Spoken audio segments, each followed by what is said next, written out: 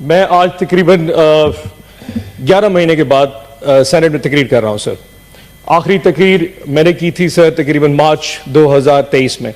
मुशाहिद साहब, मैं आपकी बात और सारे सीनियर जितने बैठे हैं, ताजदा साहब आपकी भी तरह थोड़ी सी अटेंशन, बजिंदर साहब, 11 महीने बाद सर मैं यहाँ पे तकरीर कर रहा हूँ। इस 11 महीने में मेरे साथ क्या क्या नहीं हुआ सर, उसकी थोड़ी सी बाज़गश्त होनी चाहिए। And this is very emotional sir. 9 मई का वाक़या हो गया सर, 9 मई के बाद रुपोश हो गए। 4.5 महीने सर मुख्तलिफ घरों में छुपे रहे सर। कभी किसी के घर, कभी किसी के घर, बच्चे लेके दर बदर घूरते रहे सर। जगह खत्म हो गई, गाड़ियां, नंबर प्लेटें तब्दील करनी पड़ी। मेरे बेटे ने मुल्क से बाहर जाना था, छुपा के उसको एयरपोर्ट से वापस भेजा और पता नहीं क्या क्या नहीं हुआ सर।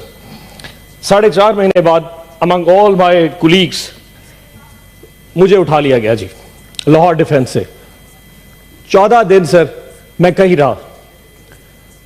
14 दिन में जो भी चिल्ला काटा सर, वापसी पे एक स्टेटमेंट दे दी थी जिसमें 20 सेकंड की एक वीडियो स्टेटमेंट दी कि मैं तहरीक इंसाफ जनूबी पंजाब की सदारत से इस्तीफा देता हूं और 9 मई की मजम्मत करता हूं, और मुझे आजाद कर दिया गया। आजाद तो हो गया सर, लेकिन एक जिंदा लाश हूं मैं। एक ऐसी जिंदा लाश जो ना सोच सकता है, ना समझ सकता है, ना बोल सकता है। मुझे नफरत होती जा रही है सर इस ऐवान में बैठ के, इस तस्वीर की तरफ देखते हुए, जो मुझे इस चीज का यकीन दिलाती है कि मैं आजाद हूं। मैं आजाद नहीं हूं। अगर मुझ में सोचने समझे की सलाहियत ये रियासत नहीं दे सकती तो मेरा यहां जीने का हक भी नहीं बनता। कौन होता है कि मुझे डिक्टेट करे कि मैं क्या कहूं और क्या सोच सकता हूं? आपको अंदाजा नहीं कि सर पिछले 6-8 महीने कितने कर्ब में गुजारे हैं। सारे लोग यहां बैठ के चाय पी रहे होते थे, सेनेट का सेशन में देख रहा होता था जब मैं घर में छुपा होता था। ये बातें करना आसान है सर। आज आप रिगिंग की बात कर रहे हैं। जो कुछ हमारे साथ हुआ है, मुझे आज तक एक प्लेटफॉर्म नहीं दिया गया। अफसोस होता है सर कि यहां बैठ के सारे बात करें रिगिंग पे, लेकिन उन बेचारे वर्करों के साथ, वो हमारे दोस्तों पीटीआई के लोगों के साथ जो कुछ हो रहा है, आज तक किसी ने उस पर बात नहीं की। सर यकीन जाने में अगर एक रुदात सुना दूंगा आप परेशान हो जाएंगे। उन 4 महीने में जब छुपा हुआ था, मेरा घर गिरा दिया गया सर, मेरी फैक्ट्री, मेरे कारोबार बंद कर दिए गए। एक छोटा सा जिम्मेदार हूं मैं सर। मेरे आमों के बाग के ऊपर जो मुस्ताजिर है, तो जो बाग संभालते हैं, उनको उठा के ले गए। मेरे बाग भी बर्बाद हो गए सर। और अगर बाज दिया है, जब मैं 14 दिन के बाद वापस आया, मेरी मां को फालिज हो चुका था कि मेरा बेटा शायद मर चुका होगा, लेकिन आज तक किसी ने इस ऐवान में आवाज नहीं उठाई सर। मैं इजाज चौधरी के लिए इसलिए नहीं बोलता कि मुझे उसकी तकलीफ है, मुझे इसलिए तकलीफ है कि मैं उसकी तकलीफ अब जानता हूं।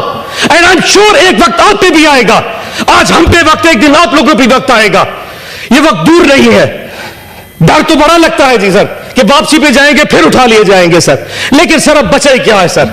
वो कहते रहे सर कि हम ना बाज आएंगे मोहब्बत से, जान जाएगी और क्या होगा सर। एक कैदी जो है वो मुझे देता है सर, मेरे अल्लाह के बाद एक कैदी मुझे मेरी ताकत देता है सर। वो जेल में बैठा जरूर है सर, लेकिन मुस्कुरा रहा है, इस पूरे निजाम पे मुस्कुरा रहा है। उस एक कैदी ने इस पूरे मुल्क को में असल हकीकी आजादी दी है सर। एक कैदी ने 70 साल पहले कोई आजादी नहीं थी। उस एक कैदी ने 8 फरवरी को जो आजादी दी है, वो इस कौम याद रखेगी उस कैदी को सर। उस एक कैदी ने सारे निजाम को नंगा करके रख दिया है सर। 8 फरवरी को, जब इससे पहले 6 महीने मैंने डिप्रेशन में गुजारे सर, जब 8 फरवरी को मैंने लोगों को निकलते देखा, जितनी कुछ प्री पोल रिगिंग की गई, हमारे कैंडिडेट्स उठा लिए गए, जल्द से जुलूस नहीं करने दिए गए, किसी कुछ भी नहीं करने दिया। लेकिन 8 फरवरी को जब आवाम निकली, वो नून लीग और पीपल्स पार्टी के जब उनके कैंप्स में जाके सर वहां से पर्ची बनवा रही थी, एंड पे जाके खौफ में जाके वोट इमरान खान के कैंडिडेट को दे रही थी, किसी बैंगन को, किसी जूते को, किसी सब्ज मिर्चों को, जो जो भी निशान थे। 5 बजे रात को कौम ने सोचा कि हमने अपना फर्ज अदा कर दिया। रात को कौम आई, सुबह 5 बजे तक पूरी कौम ऐसे जाग रही थी जैसे बैलेट बॉक्स के डब्बे उनके साथ पड़े हों, और वो कौम हिफाजत कर रही थी। नमाज पढ़ के कौम जब सोई तो 9 बजे उठी तो फिर निजाम उल्टा था। जो सीटें हम 136-40 तक जीत चुके थे, वो वापस 100 पे आ गई, और आज वो सीटें कम होती होती 93 पे पहुंच चुकी हैं। ताज साहब, आप तो अपनी रोते हैं सर, हमारी सुनिए। कि जिन लोगों के पास फॉर्म 47 इशू हो गया, फॉर्म 45 तो प्रिजाइडिंग ऑफिसर से लिया ही नहीं गया। रिटर्निंग ऑफिसर ने बगैर फॉर्म 45 देखे फॉर्म 47 के रिजल्ट्स इशू कर दिए। फैसला पहले हो चुका था कि किसको किस औकात पे रखना है।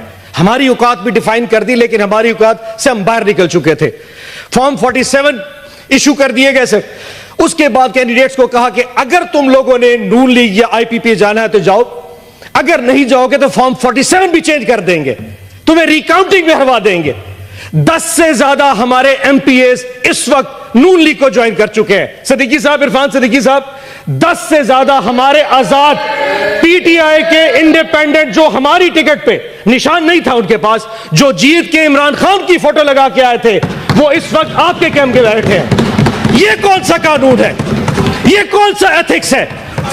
वोट इमरान खान का लिया 10। अफनान साहब बैठ जाए, तकसीम बैठे बोले ना अफनान साहब। अच्छा अफनान साहब, सरवर अगली साहब, बात सुनते हैं सर। अब इस वक्त कोई बात। अफनान साहब तशरीफ रखें, जीशान साहब बैठे। अफनान साहब, अफनान साहब, सेनेटर साहब, अपनी तकरीर बटन दबा। सेनेटर साहब अब अपनी बारी में बोल रहे हैं। आज इस वक्त हालात ये हैं कि मुल्क में वजीर आजम बनाने के हवाले से कुछ नहीं हो पा रहा। वो कैदी फिर मुस्कुरा रहा है। इस वक्त इस मुल्क का वजीर आजम नहीं बन पा रहा। लेकिन अफसोस चेक करें सर, अफसोस चेक करें सर, उस कैदी का साथ देखें। 31 साल की सजाएं दे दी फरवरी के पहले 4 दिनों में, अभी भी दिल भरा नहीं। इस वक्त उस कैदी की बीवी बुशरा आपा बनी गाला के अंदर हाउस अरेस्ट है सर। और हाउस अरेस्ट कैसा है कि पूरे एक कमरे की 4 दीवारी में उनको मैसूर कर दिया गया है और उनको खाना अडियाला जेल से आता है और उस खाने में हमें शक है कि जहर मिलाया जा रहा है। खान साहब बार बार लिख चुके हैं, जुल्म करना है तो कर लो, लेकिन ये कौन सा जुल्म है? तुमने किसी को कैदी बनाना है बना लो, पर जहर दे के मारना यह कहां की बात है? हमने रिक्वेस्ट की है, मेहरबानी करके बुशरा आपा को अडियाला जेल भेज दे, हमें हाउस अरेस्ट नहीं होना। और आज पूरी कौम को यह पता होना चाहिए इस वक्त बुशरा आपा की तबीयत ठीक नहीं है, उनके साथ जो कुछ हो रहा है यह एक जुल्म है। आखिर में सर टाइम अपना गुजरा, एक शेर पढ़ देता हूं। माजरत में लिखने लगा था लेकिन वो लिख नहीं सका, सो यहां मोबाइल से पढ़ूंगा, लेकिन सर आपसे इजाजत लेके। कुछ लोग तुम्हें समझाएंगे, वो तुमको खौफ दिलाएंगे। कुछ लोग तुम्हें समझाएंगे, वो तुमको खौफ दिलाएंगे। जो है वो भी खो सकता है, इस्लाम में राजन है इतने, कुछ या और भी हो सकता है, कुछ तो अक्सर होता है। कुछ और यहां हो सकता है, कुछ और तो अक्सर होता है।